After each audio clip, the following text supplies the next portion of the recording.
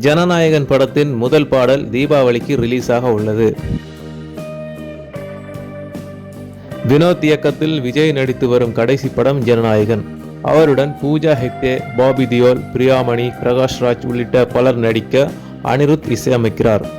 இந்த படத்தின் போஸ்டரில் நான் ஆணையிட்டால் அது நடந்துவிட்டால் என்ற பாடலில் ஒரு சாட்டையை கையில் எடுத்தபடி எம்ஜிஆர் பாணியில் போஸ்ட் கொடுத்தார் விஜய். தொடர்ந்து அவரின் பிறந்த நாளில் மேலும் சில போஸ்டர்கள் வெளியாகின. அதில் ஒரு போஸ்டரில் போலீஸ் ரோலில் இருந்தார். இந்த நிலையில் ஜனநாயகன் படத்தில் எம்ஜிஆரின் அந்த நான் ஆணையிட்டால் பாடலை ரீமிக்ஸ் செய்திருப்பதாக அப்பட வட்டாரங்களில் கூறுகிறார்கள். அதோடு ஜனநாயகன் படத்தின் தளபதி கச்சேரி என்ற முதல் சிங்கிள் பாடலை வருகிற தீபாவளி தினத்தில் வெளியிடவும் திட்டமிட்டுள்ளார்கள்.